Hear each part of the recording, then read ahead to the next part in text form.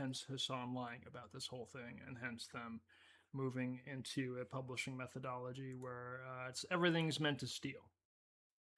You are contributing a data shard to their collection, and if they can't, they're going to just keep twisting that. Or, oops, I did not mean to close that.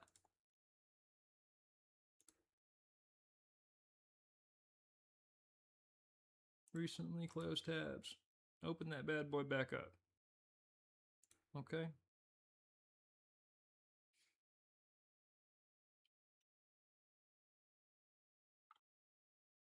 Oh, you know what? Let's go to Gemini and just ask them real quick.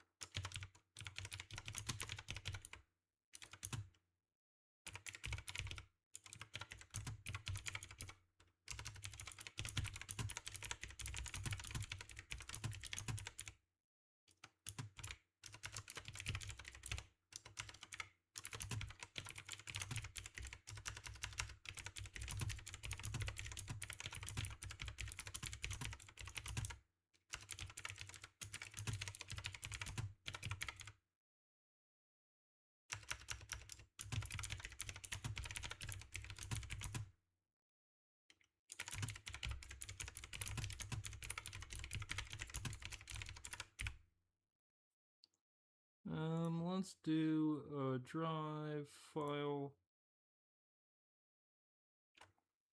It should just be right here. Boom.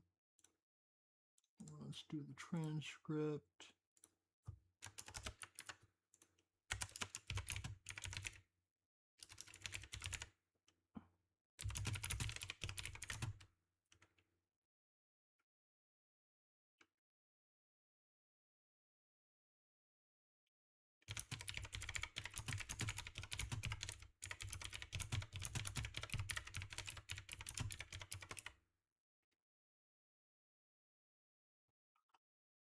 Okay, let's see what Gemini has to say.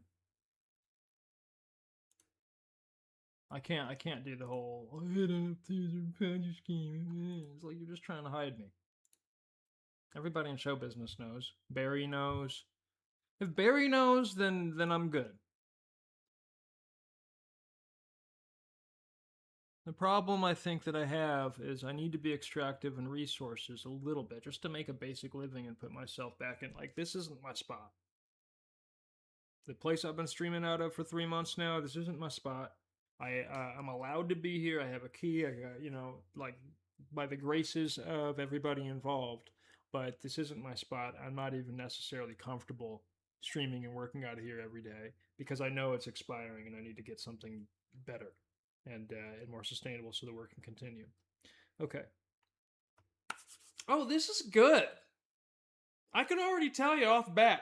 Gemini did something great here. I can tell you off bat because it pulled my algorithm, my framework here. The labor theory of value in the co-published economy, a fact-driven, frequently asked questions. The intersection of economic theory and decentralized public notary technology provides a clear framework for analyzing creator equity. By applying classical economic principles to the Alamo structure, we can objectively, this is what Hassan should have done, we can objectively evaluate the utility of impact puzzles and then dismantle the contradictory narratives broadcasted by legacy media commentators. Here's a fact-driven breakdown of the stakes, the mathematics of labor, and the hypocrisy of performative outrage. How does Adam Smith's labor theory of value directly translate to impact puzzles? Adam Smith's labor theory of value posits that the fundamental source of value for a good or service is determined by the amount of labor, effort, and skill required to produce it. Kimani Okearah's impact theory of value. Thank goodness. Yeah. I think that's a subsection in the paper labeled that, but I love that because that is what I've named the theory. It's a reflection of the labor theory of value. That's an impact theory of value. Oh, cognitive linguistics. Oh, I wish y'all love this field as much as the people in the field. And you don't see them celebrating me either, but I'm obscure, okay? And then I have a little bit of like little brother syndrome there, where I'm no George Lakoff. My 3 theses are it, y'all. I don't have a lot past that for you. And then in terms of results, that I can point to and say, these are cognitive linguistic results. Like I've innovated a linguistic result here. TYT community, streaming chat interactive deliverables, and here we are with notarized co-publishing, impact puzzle behavior on the public notary. And maybe in both cases, it was something like I called it ahead of time. Like I called a behavior ahead of time that was going to happen without me and without my linguistic input and shaping. The first time in streaming, I'll be honest. I know I'm on in my third hour here. Good for me. No food. I don't even know where food's coming from today. Somebody buy something. Yeah, it's shit. My life. I have a bad relationship with food in general because of my disability. So every time I eat, I have severe pains after that knock me out. I have to like rest. I go down for hours, and I go down a specific way. I have to put these tools on my body so I can make sure that the GI tract is open enough so I can process these things. And it's completely takes me out of the schedule at random times. So in order to put that off, for as long as possible in the day, I go without eating. But around this time, 2 to 3 o'clock, I start getting these shakes because I need to eat something. And there's no food in here. I've got no gas. My gas is on empty. I could go to my client's restaurant, but I'd have to take a bus there. That's $3.50. I don't have that. And the community that I rely on, that I ask on for like, hey, can I have 10, 20 bucks? They're so tired of that shit, man. I'm tired of it. They're tired of it. I'd rather them buy publishing titles, but they refuse. They all think it's Hassan's Ponzi deposit narrative. And it doesn't... See, the problem with market collaborations is once there's a collaborative outcome that has any sort of financial premise, then the original purchase may be looked at as a deposit. It just depends on the arrangement. But in this case, you're not depositing into an outcome, a financial outcome. You are simply buying property. That property is to be published a certain way in most cases, like in Musical Bears. It's to be published into a song for the musical, into a merchandise expression, into a new bear for the supply, and then that's it. And in all three of those situations, there is financial potential. The song could earn advertising. It could be a big song. You don't know. The merchandise could sell out, and that's we have shown you it's a $60,000 position on average. And the new bear is on average maybe $200-300 position for the person who makes it. But none of those are guaranteed. They're just positions that you've published across from your result. That's the difference. So and the money isn't coming from a broker directly taking your $20, going to the next person, directly taking their $40, going to the next person, directly taking their $80, and paying back the previous people. That's the Ponzi scheme. That's objectively it's a scheme of forwarded deposits. That's what a Ponzi scheme is. Even with Bored Ape Yacht Club, the way that they trade it is Ponzi-ish, because what people were hoping to do is they would hope to put their $1,000 into an ape, and they were hoping that they could sell it for $10,000 a few weeks later. So they were hoping there was a hope, a gamble. I'm going to put $1,000 into this thing, and instead of doing anything, completing any results that create positions, I'm just going to hold on to it. And it'll accrue value to a certain point at which I'll sell it, and then I will have earned value from the sale. You wouldn't do that with cars, and don't do it with pictures, okay? Some of y'all do it with Pokemon cards. Even that doesn't make sense to me. With Pokemon cards, it's the thing that makes sense to me is like the little kid feeling of what am I gonna get from a pack. That's what makes you can't like there's only one way to produce that feeling, and that's in the physical unzipping of the pack. And I used to be a kid. I was 10 years old once, hoping my mom would spend the extra $5 on a pack of Pokemon cards at Safeway. And back in the day, they used to have them on the exit aisle. They used to be lined up, and we would be begging our parents to go get us a pack, and you think it was the stupidest thing ever. Now people trade them like rare currency, and that's weird because it's a really overpopulated supply. There's like 9 billion Pokemon cards in the world printed. That doesn't impact the market. There's a Pokemon card for every person in the world. That doesn't impact the market. That's crazy to me. So people, it's just the market value of that doesn't rely on scarcity. It relies on attention and engagement. Anyway. I went on a deep tangent there. Kimani Okearah's impact theory of value. Fuck yeah. Digitizes and operationalizes this exact classical concept using blockchain technology. I'm young. I'm 36. So when you guys are witnessing me experience myself, and I'm early in the journey. It's 2026. Yeah, I started officially identifying as a cognitive linguist 10 years ago. And nobody had a problem with it then. Well, the one dipshit who caused our brand a bunch of problems, one of the ceremonial founders, he probably had a problem with it then because he has a problem with everything at all times. That's one of his issues. Constantly seeking a pedestal of arbitration. It's insufferable. And it's the same thing as Hassan. Instead of abstracting labor into a static salary, while a corporate entity captures all of the resulting equity and compound value, the Alma structure translates physical and cognitive labor directly into fractionalized deed-defined property. And I'm completely obscured. They're trying to kill it. I'm surprised I'm still alive. Because I don't think we're that well established as a publication that people would be able to clarify if they sniped me or something. They just want me to give up. I know what I've done. Y'all are crazy.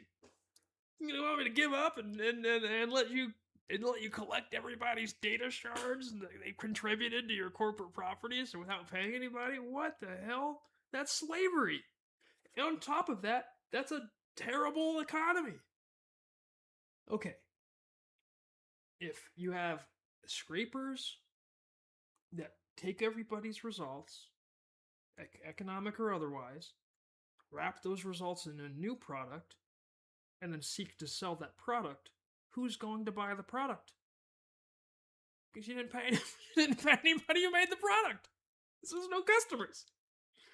There's literally a Philip K. Dick story about this. This exact shit. This exact... Everybody who reads books is like going crazy, right? Like, we were told about everything.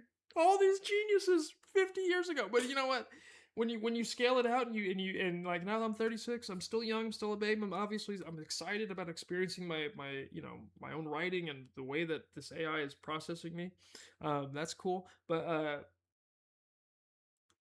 it's probably pretty, like, George Orwell doesn't seem so much of a genius these days because, like, the human behaviors he was reading and the corruption and the insular dog shit, the cronyism, this thing where 10,000 people will get together and lie to you about a publishing tool. Oh, it's only for gambling.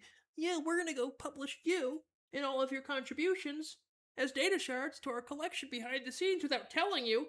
And you'll think it's all gambling on the as a public resource, so you won't get involved in data claim and agency claim yourself.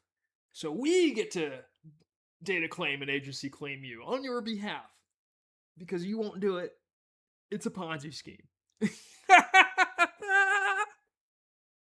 I'm telling you, Hassan's evil, bro. That's evil shit. You're telling people not to do socialism.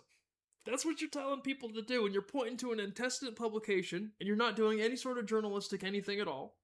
Whatever, I'm gonna leave you alone. Let's let Gemini handle it, and we'll get back to the 7 minutes we have on the paper. I want to wrap this up. I need to figure out food. How does Adam Smith's labor theory... I already read that. So instead of abstracting labor into a static salary while a corporate entity captures all the resulting equity, the Alma structure translates physical and cognitive labor into fractionalized, deed-defined property. The mathematical framework defines this value creation as impact, capital I, material good, equal 2 multiples. The first multiple is 3 qualities: time, liability, and expertise. The time that you provide, the liability that you provide, the expertise that you provide. Those are packaged. Those are multiplied by the rights, the processes, and the results.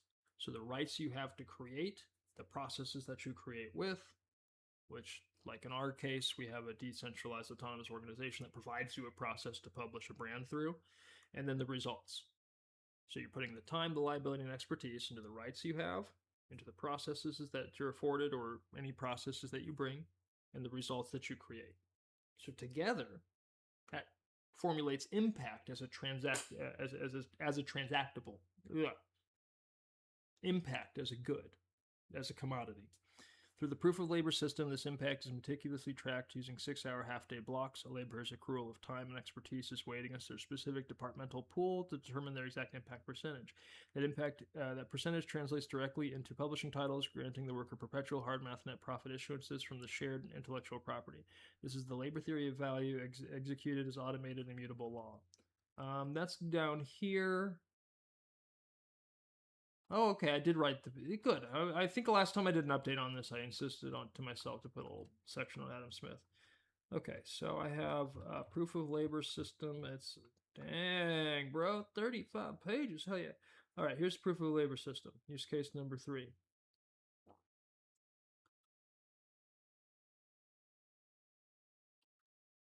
So this is applied to Press Pass Season 1.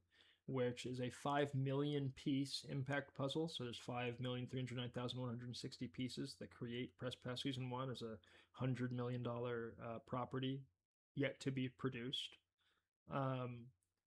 So we organize the property as I do any show. Everybody, you do personnel into various departments and sub-departments based on the roles the individual has in the project. And then we use that organization to create labor pools that measure impact percentage produced by each individual across from expertise, liability, and time provided. So I do an overall breakdown of 35% of the asset to the primary production house, 30%, which is the negotiable pool, to the creator or franchise owner. In some cases, with corporate collaboration, you have a production house and a franchise owner. Then you have 20% to labor, 5% to guilds and unions, and 10% as an audience-exclusive product offering self-sustainable collaboration in the distributed asset. In our case, the audience-exclusive product are characters they create, lore that they role-play through tabletop, and then scenes that they create from the role-played lore that go into the archive of our sports mockumentary. Yes, that's genius. Thank you, Hollywood, for not fucking with it and stepping all over it and ruining it and doing what you fuckers do. Okay? I know that I'm being provided the runway out of probably the graciousness afforded to my granduncle, James Earl Jones. God bless you guys. Because I told you, tell everybody, there's a few copycats really early on in the process. Oh, those people will tell you, oh man, I roar like a lion, you step on my toes. Don't step on my toes.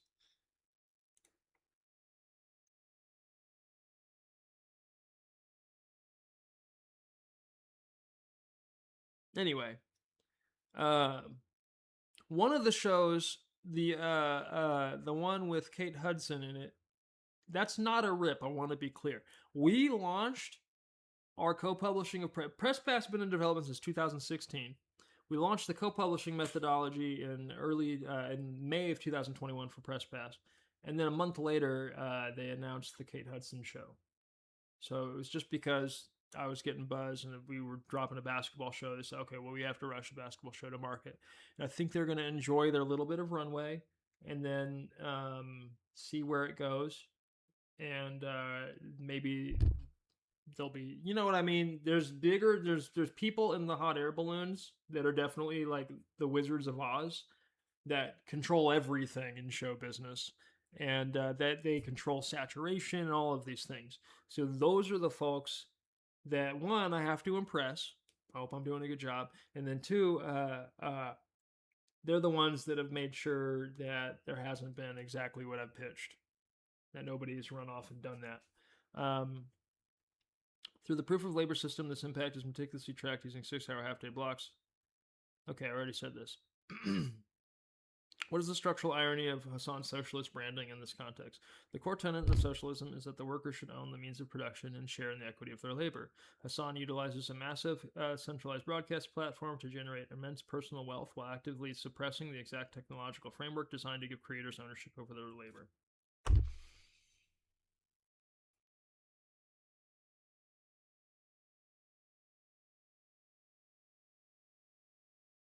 I don't know what's worse. That he's so, like, if he doesn't know that, he's the most information ignorant person ever.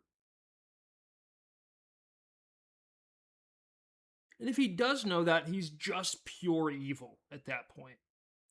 The Elmo structure is a literal execution of worker-owned production. For example, in the flagship project, Press Pass Season 1 is strictly defined 20% of the distributed assets equities allocated directly to the labor pool, with an additional 5% allocated to unions and guilds. So literally 1/4 of the build of the Lego kit will be owned by the labor building the kit. If y'all think that's not fair, launch your own kit and do your own numbers. That's what you do. You compete in a fair market. That's what you do. You don't hire dog shit on YouTube to lie and convince 50 million people that blockchain is beneath their social hierarchy. Well, you then use blockchain to corporate scrape everybody and express us in AI market expressions. It's gross. Okay. By labeling all digital property frameworks as scams, the broadcaster protects the Web 2 extraction model where platforms and executives own 100% of the resulting asset. He uses a socialist aesthetic to defend a hyper-capitalist paradigm, actively preventing independent workers from discovering a system that would permanently notarize their dignity and grant them perpetual residuals. Why are critiques labeling this framework a Ponzi scheme factually nonsensical? A Ponzi scheme requires the influx of new investor capital to artificially pay returns to early investors relying entirely on speculative market momentum. The Elmo structure is explicitly designed to eliminate speculation and gambling, and he'd know that if he read it. He never read it. He blocked me when I sent him the paper. So that's not a journalist. Journalist reports newsworthy information to public. A narrative propagandist does what Hassan did. Period. The critiques are fundamentally incorrect because they flatten the technology, ignoring the legal and mathematical boundaries of an impact puzzle. Deed-backed property, not securities. Publishing titles are not investment contracts. They're fractionalized plots of a shared intellectual property anchored to a state-registered deed of partnership or deed of assignment.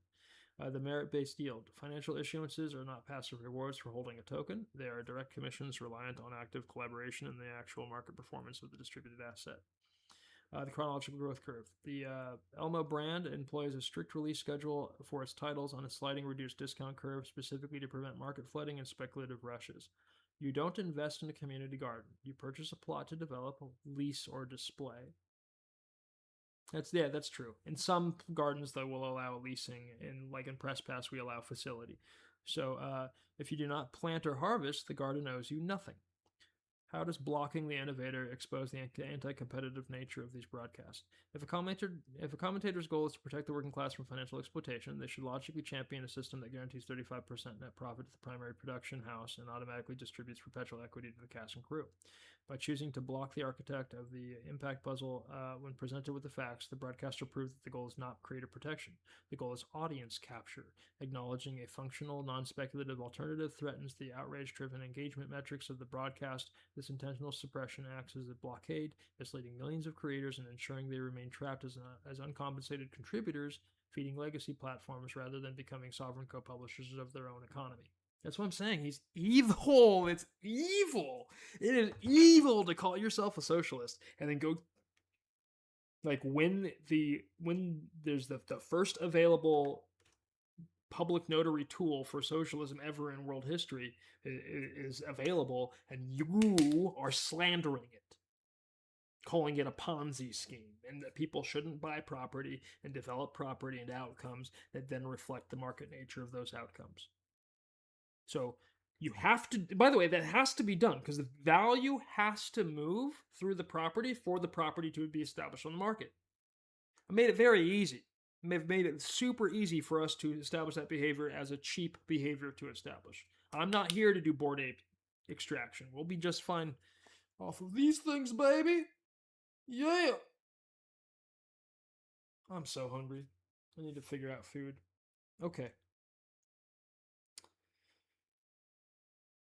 How do we embrace the united paradigm that all labor co-publishes the resulting container and should be considered a deposit worthy of compound value? How do we precisely delineate ownership of a co-authored market asset? How can every individual contributing labor or insight genuinely share in the perpetual profits generated by a collective work? Without an impartial, universally accessible arbiter, these questions lead to ambiguities that hinder genuine collaboration and fuel skepticism, ultimately limiting economic potential. It is in this challenging yet opportune context that blockchain emerges as more than just a technological innovation. It reveals itself as a profound conceptual shift. From a cognitive linguistic perspective, we see blockchain as a community-maintained, spreadsheet-style notary service, a robust mechanism used to permanently sustain a network of programmable, authenticated information. This capability is, in essence, a perfect resource for co-publishing the economy as a verifiable linguistic behavior. 1.1 Blockchain definition. A block is a layered stack of simultaneous transactions and registrations on the notary. The chain is the encrypted chain of blocks as a receipt network. When truly decentralized, they provide public notarization to any information registered to them. Simply put, the blockchain acts as a language itself, a crucial cognitive community cement for impartial legitimacy of information, value measurement, and property ownership. This linguistic lens allows us to reimagine economic interactions not merely as transactions, but as acts of publishing on a shared, notarized ledger. Crucially, by fostering genuine recognition, transparency, and equity in collaborative creation, this approach cultivates something far more profound: a collective sense of Xigen, the state of deserving to exist, a shared feeling of gratitude for existing as a self-awareness within a co-created economic reality. We are, quite literally, co-publishing intellectual property as community gardens, breaking down monolithic assets into modular impact puzzles, or Lego-style kits of value that can be collectively built and maintained. This article introduces a bespoke tokenomics framework that operationalizes this vision. By transforming traditionally singular intellectual property containers into modular, co-publishable units of titled property via digital titles, NFTs, our Impact Puzzles model ensures that every contribution to a wider economic container is verifiably recognized. This system provides direct pathways to verifiable ownership, perpetual creator equity, transparent crowdfunding, and robust content distribution. We argue that this notarized, tokenomics-driven approach directly resolves the fundamental impact puzzles inherent in collaborative economic endeavors. By ensuring permanent provenance, fostering genuine community engagement through mechanisms like DAOs, and establishing clear, equitable value distribution, our model offers a significant advancement in the transparent and equitable generation of collective economic value. All scales of economic collaboration can and should be measured as an impact puzzle in human linguistic behavior, ultimately contributing to the collective state of Xigen. The subsequent sections of this paper will delve deeper, beginning with a comprehensive literature review contextualizing our approach within existing discourse on blockchain, tokenomics, intellectual property, and cognitive science. We will then elaborate on our conceptual framework, followed by a detailed analysis of how our tokenomic system explicitly addresses each identified impact puzzle in the co-published economy. Finally, we will discuss the broader implications and future directions for this transformative paradigm. 2. Core thesis. Okearah's impact theory of value. Value is impact. Impact is time plus ability plus expertise, multiplied by rights plus process plus results. Impact can be titled and measured as a hard-capped, deed-defined pool of publishing titles that grant titled property fractions in a shared work, co-owned and co-published by creator, team, and customer. Intellectual property is a community garden. It's a puzzle. It's a tandem bike. We grow it together. We own it together. We publish it together on a public notary service. This framework, called Impact Puzzles on the LMO Structure for Tokenomics, is the first complete economic language for turning collaborative creative labor into fractional, verifiable perpetual property, using blockchain as a public notary. We call it the Scalable Impact Puzzle, pronounced SIP. You drink from what you specifically pour. 1.2 Important background. Adam Smith's labor theory of value. Labor is the fundamental source of value. It is the effort and skill applied over time that creates wealth and economic growth. The market demand and scarcity of resources further influence the value derived from labor. This theory, known as the labor theory of value, posits that the value of a good or service is determined by the amount of labor required to produce it. This includes not only the physical effort, but also the time and skill invested, as well as the market conditions that affect demand and supply. By understanding labor as the core of value creation, we can appreciate how economic systems function and how wealth is generated through human effort and ingenuity. 3. The metaphors. 3.1 The community garden. Intellectual property is a living garden. The publishing title is a plot of land. Garden element. Publishing title equivalent. Soil. The prepared property from the merchant. The root IP, fertile and permanent. Plot. The individual publishing title. A bounded, harvestable property that publishes into visibility, transactability, advocacy, and/or income. Deed to the garden. The document that defines the garden, each plot, how it comes together, and how the results see the market. What's already planted, anything the merchant prepared in deed. What you can grow, the deed defined rights to contribute a permanent result. You do not invest in the community garden. Your plot should be treated as sovereign and independent from every other plot. You own a plot. You may develop it, collaborate, complete results, and earn residuals and commissions. Lease it. License your results if property terms allow. Sell it. Trade the title. Display it. Celebrate affiliation. Show it off. Leave it fallow. Do nothing. No one owes you tomatoes because you bought dirt. But if you plant, water, and harvest, the garden feeds you for as long as the results grow. 3.2. The puzzle. Intellectual property is a puzzle. The publishing title is a single, irreplaceable piece. Puzzle element. Publishing title equivalent. Amount/structure. The prepared property from the merchant. The root IP, ready to complete. Permanent to build off of, and permanent once complete. Puzzle piece. The individual publishing title, a bounded, effort-placed piece that publishes into visibility, transactability, advocacy, and/or income. Box top image. The document. This is so press pass coded. There's an account on Instagram. What is it called? It's a Forgettable NBA. And it's talking about how Buddy Hield, friend of the show, Buddy Hield, has been in. He's cut the lead to 34 points, which means he's been down 37 points and hit a three-pointer down 37 points 8 times in his career. And they put a compilation together, and it's just like, why, who thinks of this stuff? How did she even think of that? Okay. To my audience of 3, thank you for your time. Obviously, look, it's not digestible. That's part of the issue. You do have to read, you do have to connect with information, you have to process information, value its source, and include the value in the market. And not just like receive information and then walk away. It's like this is college, I'm not charging tuition over here necessarily, but I do need to eat food and pay my bills. My internet's due tomorrow, that's $10. Let's speak some things into existence. What's due? Okay. Let's put it in chat. Let's put the little budget of Kimani's immediate needs in chat. So I have $170 for car repairs. I don't have that. I need it. Let's see. It's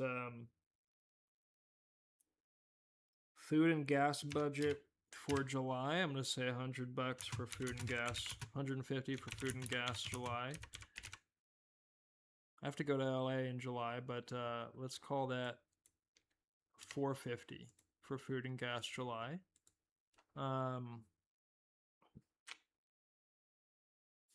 Insurance, let's go $120 for car insurance. $30 for the phone. $10 for internet. I'd do the Wi-Fi pass. Those are only $10.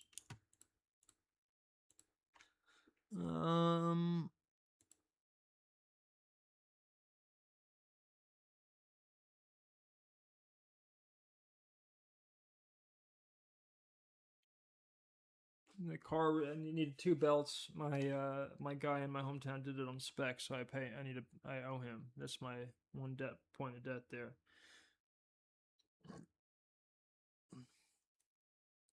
Of course, you guys can buy the Bear merch. You can buy publishing titles and complete results with them. That's my preference. That's my preference. My preference is not charity. So, in fact, the only thing that's holding you back is just having the blockchain address, which is MetaMask here. Download this, MetaMask. Okay? That's the only thing holding you back. Cool. That was a cool FAQ, cool session. I think we're done. Thank you all for watching. 3 hours this time, so co-publish the economy and support co-publishing by buying the co-published outcomes by other people and representing those co-published outcomes. All right, y'all. Thank you.